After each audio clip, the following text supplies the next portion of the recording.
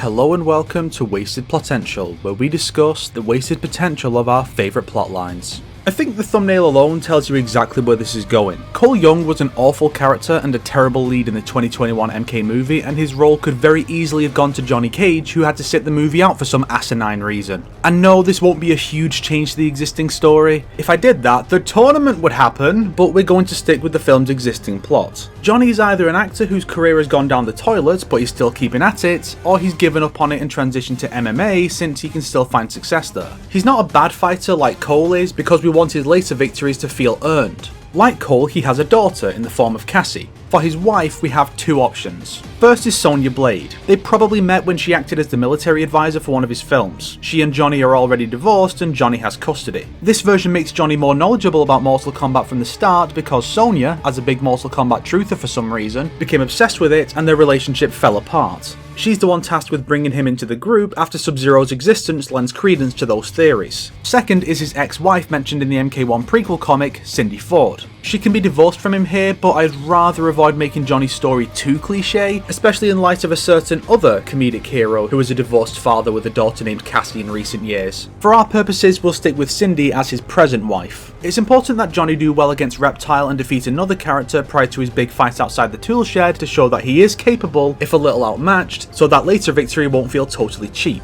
I personally cut the Arcana crap and just make it exclusively a Johnny problem. Jax too, but that's down to him recovering from losing his arms and not having a convenient grow new metal arms power. Raiden is aware of Johnny's bloodline, the warrior cult from the Mediterranean, and impresses on him that if he cannot awaken his powers, he won't stand a chance against the Outworlders. Whether Raiden actually believes this or is just saying so to light a fire under Johnny's ass, it shows Raiden actually being a mentor figure by expressing concern for his fighters, instead of just being a dick for no reason and doing nothing that a mentor should. Johnny then returns home in frustration and is ambushed by an Outworlder. I would personally avoid using Goro here, if only so Liu Kang can still be the hero, and use Hydro from the Malibu comics and Legacy instead. Why Hydro? As set up for the climax without mischaracterizing any other Lin Kuei. Still, at least if we keep Goro, it would be a character who's technically been Goro's rival since 1995 who gets to be the first person to kill the Prince of Pain in a proper fight in a movie instead of a Murray-Sue OC. During the fight, Hydro attacks Cassie and Cindy. Cindy is mortally wounded before Johnny can get to her, but he is able to get there before Hydro can kill Cassie, prompting the awakening of Johnny's powers, allowing him to take the assassin's vicious blows and come out on top, forcing him to retreat. It's really not that different from the actual movie scene, but it's now built on game lore instead of just giving the OC literal plot armor so we can kill the Mortal Kombat champion. After that, I wouldn't have Johnny be the one calling the shots when the heroes prepare for their rematches. Liu Kang can do that, setting up his role as a leader who will eventually overthrow Shang Tsung and Shao Kahn. Instead, Johnny's assigned a fight in which he actually does well. You can't have your hero defeat fucking Goro and then struggle against Mileena. That's ridiculous. We can still have Mileena, or we can swap it to Cabal. Liu Kang's fight with Cabal is set up like there's a personal beef, given how Cabal stopped him from helping Kung Lao, but it's not like Cabal's the one who actually killed him. Instead, we'll establish the existence of Kitana earlier in the film, as well as some kind of existing relationship between her and the monk, and he can fight Mileena, who has allegedly killed her. Cabal then fights Johnny and has the upper hand against the actor, who no longer has family to protect, weakening his power, until Sonya shows up and they take him down together, setting up their strong dynamic for their future relationship, or recommencement of their old one. After Cabal is killed, Johnny spots Hydro, who retreats through a portal, and Johnny pursues him, only for the portal to close behind him. Johnny is ambushed by Hydro and Sub-Zero, but the timely arrival of Scorpion turns it from a handicap squash match into a proper tag team. This way, our hero isn't intruding on the iconic rivalry, but still gets a big role in the climax, and has a proper beef with his final opponent. Once the two Lin Kuei are dead, and Scorpion is returned to the Netherrealm, Shang Tsung arrives and opens a portal to allow his Outworld forces to attack. Liu Kang flying kicks him through said portal so Raiden can close it. That way we don't have the gaping plot hole that Raiden could have sent the villains away at any time but chose not to and got Kung Lao killed. No, we gotta set up Liu Kang's discontentment with Raiden somehow, right? And with that, Johnny buries his wife and Sonya comforts him, having earlier mentioned the death of her brother, so she helps him deal with his loss as further setup for their future relationship where Sonya becomes Cassie's stepmother, or at least cool aunt. Maybe end with the three going on a road trip with Jax to find other fighters for the tournament, with someone else being set up for the sequel such as Kenshi. And our mid-credit scene introduces us to Kuai Liang as he is informed of his brother's death as set up for a grudge match, and or reveal that Kitana is alive but imprisoned in Outworld. And there you have it. With a little bit of tweaking, we could easily have had a more compelling lead that actually deserves to be here, rather than the ironically much more Hollywood character of a sad dad who is a cardboard standee of a real character.